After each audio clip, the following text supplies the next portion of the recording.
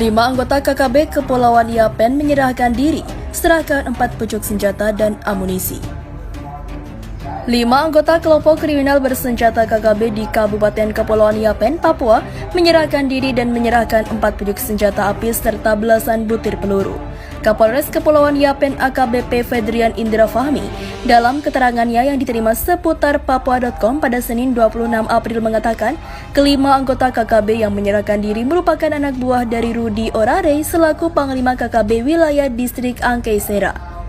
Rudi Orare sebelumnya dikabarkan telah tewas pada tahun 2014 silam, di mana kelima anggota KKB yang menyerahkan diri tersebut tersebar dari wilayah Kampung Manawi dan Yapen Timur. Kapolres juga mengungkapkan penyerahan dari kelima anggota KKW ini merupakan pendekatan secara kemanusiaan oleh aparat keamanan dengan tujuan agar para anggota KKB di Yapen kembali menganut ideologi Pancasila dan Undang-Undang 1945. Kami aktif melakukan pendekatan, pemahaman dan memberikan jaminan kepada keluarga mereka segalanya baik-baik saja jika setia kepada NKRI. Ini langkah agar keamanan dan kenyamanan masyarakat di pelosok kampung dapat tercipta tanpa ada kelompok yang berseberangan, jelas AKBP Fedrian. Kapolres Fedrian mengungkapkan bahwa masih ada lagi beberapa detik lokasi atau wilayah yang menjadi target dalam membersihkan KKB di Kabupaten Kepulauan Yapen. Pendekatan masih terus diupayakan, sementara itu barang bukti berupa senjata nantinya akan dimusnahkan, kata Ferdian. ST, salah satu anggota KKB yang menyerahkan diri, mengakui merasa tidak mendapatkan kehidupan yang layak saat bergabung dengan KKB. Bahkan ia dikucilkan oleh masyarakat sekitar, sehingga ia mengajak rekan-rekannya anggota KKB yang lain untuk bersama-sama menyerahkan diri.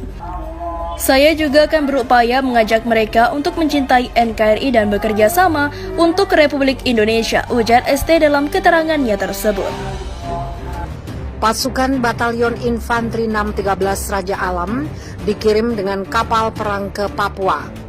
Kapal perang yang mengangkut pasukan yang akan tergabung dalam Satgas Pengamanan Perbatasan RI Papua Nugini ini adalah KRI Teluk Manado 537. Mengutip keterangan tertulis Puspen TNI yang diterima Koran Jakarta, Kamis 22 April, pengiriman pasukan ini merupakan bagian dari operasi pergeseran pasukan KRI Teluk Manado 537 yang merupakan kapal perang jenis Frost. Ini sedang lintas laut di perairan Banda, Maluku untuk menuju Jayapura.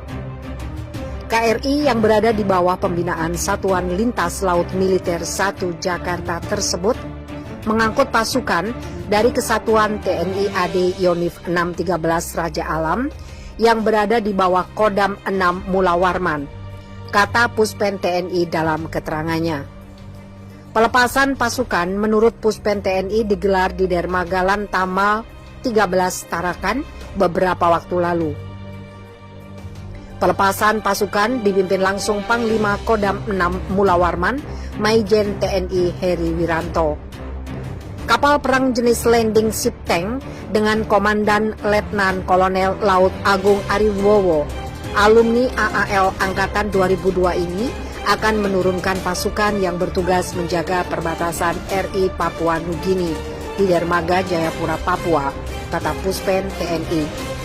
Komandan KRI Teluk Manado 537, Letnan Kolonel Laut Agung Aribowo mengatakan, kapal perang yang dikomandaninya beserta seluruh anak buah kapal dalam kondisi siap.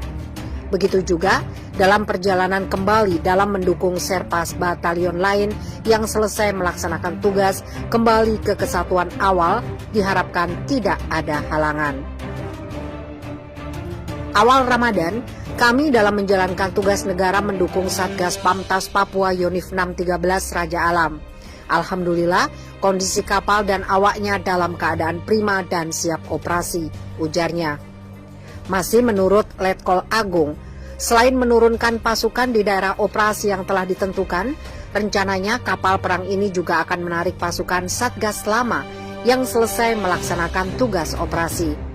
Pasukan yang akan dibawa pulang ke kesatuannya ini telah bertugas selama 9 bulan. Panglima Kolin Lamil Laksda TNI Irfan Syah mengatakan, berdasarkan Perpres 66 tahun 2019 tentang susunan organisasi TNI, salah satu tugas pokok Kolin Lamil adalah pembina tunggal Angkutan Laut Militer TNI. Hingga saat ini, kapal perang Kolin Lamil yang berada di bawah pembinaan Satuan Lintas Laut Militer 1 Jakarta, 2 Surabaya, maupun 3 Makassar terus mengerahkan dukungan kapal perangnya untuk melaksanakan serpas, sermat maupun serlok. Baik itu pasukan yang jadi pamtas, pamrahwan maupun pamputer dari NKRI, baik di wilayah Indonesia bagian barat, tengah, dan timur, ujarnya.